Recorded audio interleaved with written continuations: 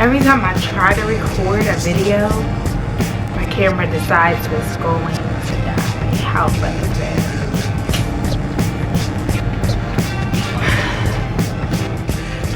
Hello YouTube people, I am back with another video. This video is inspired by an event that I just went to, and it seems to be a recurring theme that I just keep coming across, and so it was just on my heart to make a video about it. And that is two things. Number one, letting go of fear, and number two, pursuing your purpose and finding your passion. So I just came from an event that was hosted by a company called Pop-Up Soiree, based out of here in New Jersey, and they did an event called A Seat at a Table, and it was a women's networking event, and it was just basically about how, you know, it was just a good opportunity to network with people who are like-minded and people who are determined not to work their everyday 9 to 5. Now don't get me wrong, if working a 9 to 5 is something that you're okay with, then by all means please don't take offense to this message. I mean, being an entrepreneur is not by any stretch of the imagination for everybody. Somebody has to be an employee. There can't be a world full of entrepreneurs. So understand when I say there is nothing wrong with working a 9 to 5 if that is for you. However, you know, as you get older, you start to learn that maybe things that you're doing aren't really for you, and you kind of start to question what your purpose is in life. I mean, at the end of the day, you don't want to be dissatisfied your entire life with what you're doing. So, you know, like I said, it was a few inspirations for this video. So, you know, I just came from this event, and we were just, you know, bouncing ideas off of each other and just having real honest conversation about what it is to be an entrepreneur and the motivation behind your business, and how at times we hold ourselves back. And I know for me, like when it comes to doing makeup or doing YouTube videos, doing whatever I set my mind to do, a lot of times in the back of my head there's this voice that tells me people won't want to buy what you're selling. People won't want to tune in. What makes you different than the other 10,000 people out here that do YouTube videos, the other 100,000 people out here who are doing YouTube and doing makeup? What makes you different? And that's the thing about it. The thing that makes you different is that you are you. And I constantly have to tell myself that, you know, there's a reason that God puts us all in the position that we're in. A little bit of my background information: I've always done entrepreneur type of things. So like from the time I was like 8, you know, whether it was shoveling snow or a lemonade stand, or I eventually started to evolve by the time I was like 11, 12. I was like making little business cards and like little flyers and stuff for the holidays for businesses, and then that grew into just different things. Yeah, so I always had like the entrepreneurial spirit inside of me. Fix this camera. And then I got to college, and then, you know, I started making like decent money, and I was just like, you know what, maybe it won't be so bad to work for somebody else forever. And so I kind of like lost that spirit.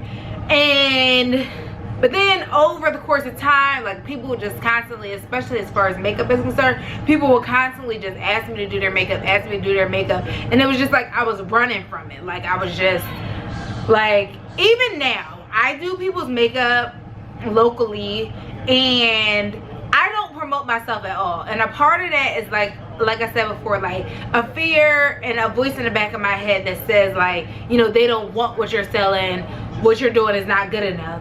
So, you know, I don't even promote myself, and it's just like I cannot get away from that entrepreneurial aspect of my life. And finally, as I'm starting to get older, I'm starting to learn that, you know what, maybe it's God saying to stop running from your destiny, basically. Like, I mean, when it comes down to it, I really do want to own my own business, and I'm not okay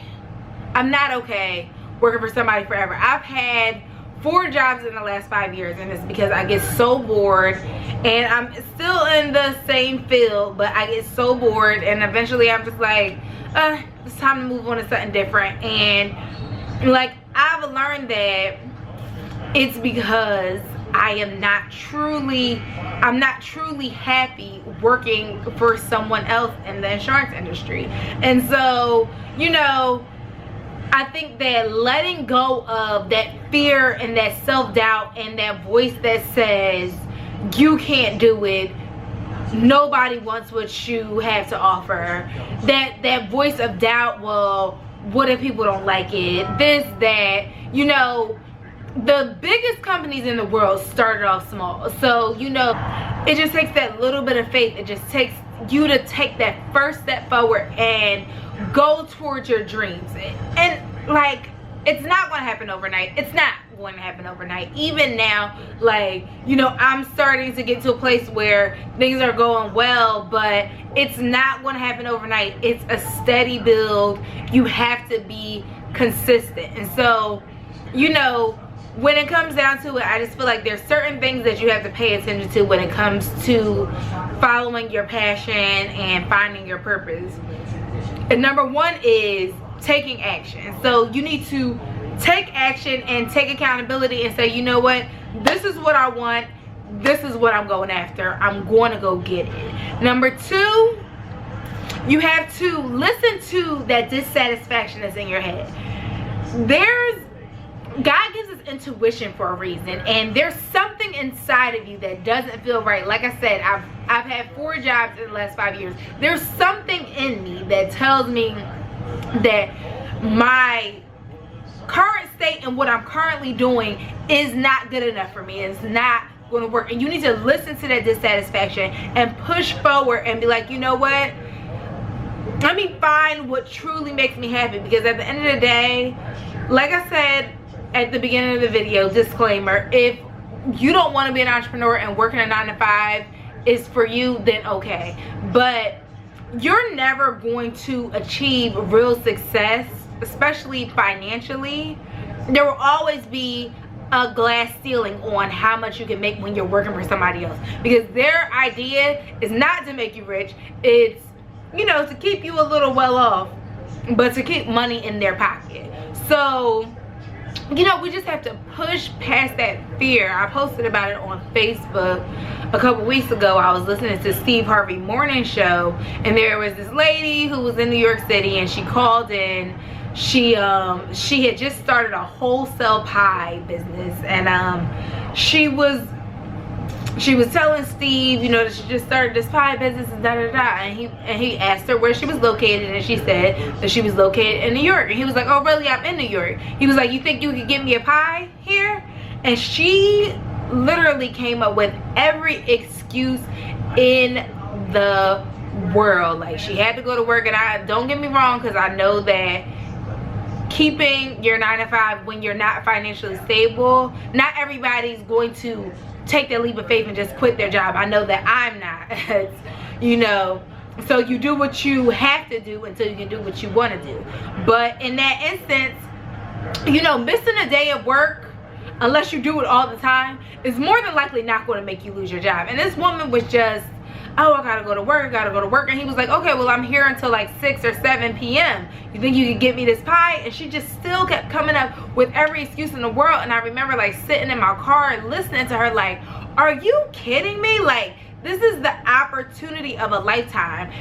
Feel how you want to feel about Steve Harvey, but at the end of the day, the platform that he has and the exposure that he could have gotten you by one positive review, it could have changed her life. And don't get me wrong, maybe he wouldn't have posted about it, maybe it would have been a waste of time, but taking that opportunity and taking that step is what's most important.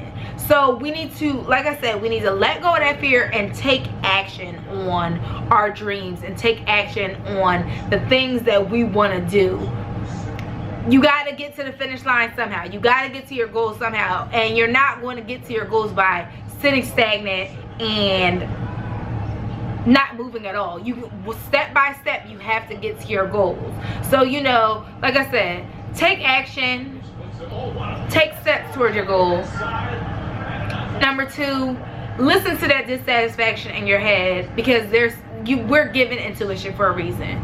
If you're not satisfied with where you are, listen to that dissatisfaction and start to invest in yourself, whether it's reading books to try to help you figure out what your passion is. Invest in yourself and listen to that dissatisfaction and know that there's a reason that you're dissatisfied with where you are, and change it. Period, point blank. Also, being consistent. You have to, once you first take the action, you have to keep constantly working at your goals.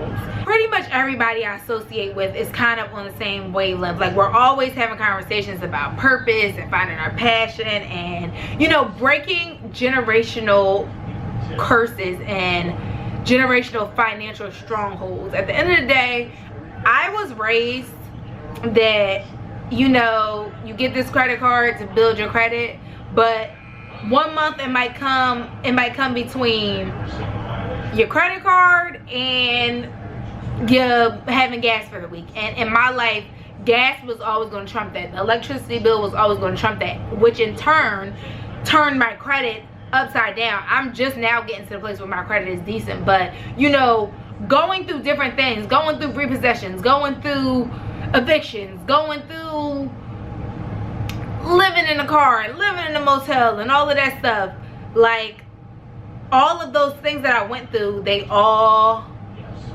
prepared me for where I am right now. And so, like I said, I'm just now getting to a place where I'm back, but, you know, I'm constantly having conversations with my friends about passion and just finding what makes us happy.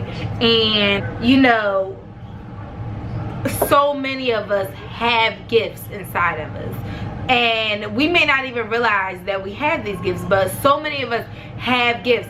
Aside from makeup, I also do like consulting. I do people's resumes. I help people find jobs. I do things on Photoshop and a little bit of graphic design, and like, I dabble in different things, and we have all of these gifts inside of ourselves that a lot of us sleep on. And we're going to get nowhere by sleeping on our gifts. So every day, if not every other day, we need to be doing something that pushes us toward our goals, that works on our dreams. I know you may get home from work and you may be tired. I get it, because it's me all the time. But you just gotta push through and work on your goals. We're going to get nowhere if we just accept where we are. And I'm at a place in my life where I refuse to settle. I have a notification that comes on my phone every day that I say, this is don't settle, because you deserve the world. And that's my message to everyone who sees this video. You deserve the world. Don't settle in any aspect of your life. Don't settle with being unhappy with how you look. Don't settle with a person in a relationship if you're not happy. Don't settle with friendships. Don't settle with your finances. Just don't settle. Do what makes you happy, and in the long run, it's going to pay off. I promise it will. Just keep at it and it's going to pay off. So yeah, that's all I have for you guys today. You know, I'm on here venting, just running my mouth, but I will catch you guys on the next video.